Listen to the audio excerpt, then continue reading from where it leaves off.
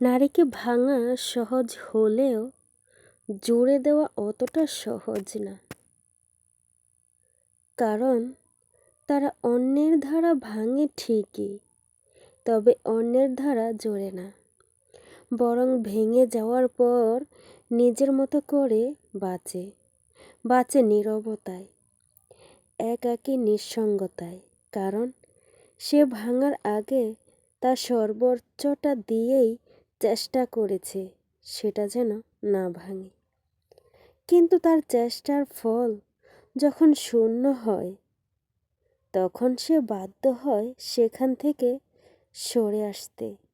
সে বাধ্য হয় ওই ভাঙন থেকে নিজেকে সরিয়ে নিতে। অভিমান করতে করতে মেয়েরা একদিন বুঝে যায়, তার আবেগ,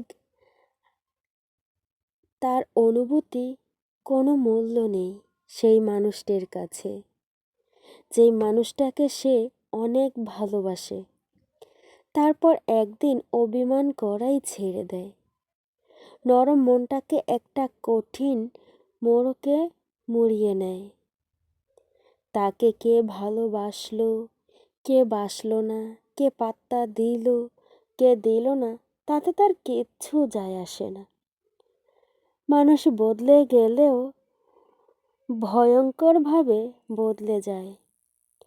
মাটি একবার পুড়ে গেলে তার কোমলতা হারিয়ে যায়, সে তখন শক্ত পাথরে পরিণত হয়। চাইলেই তাকে আর নরম মাটিতে ফেরানো যায় না। ওই যে বললাম না, নারীকে জুড়ে দেওয়া এতটা সহজ না।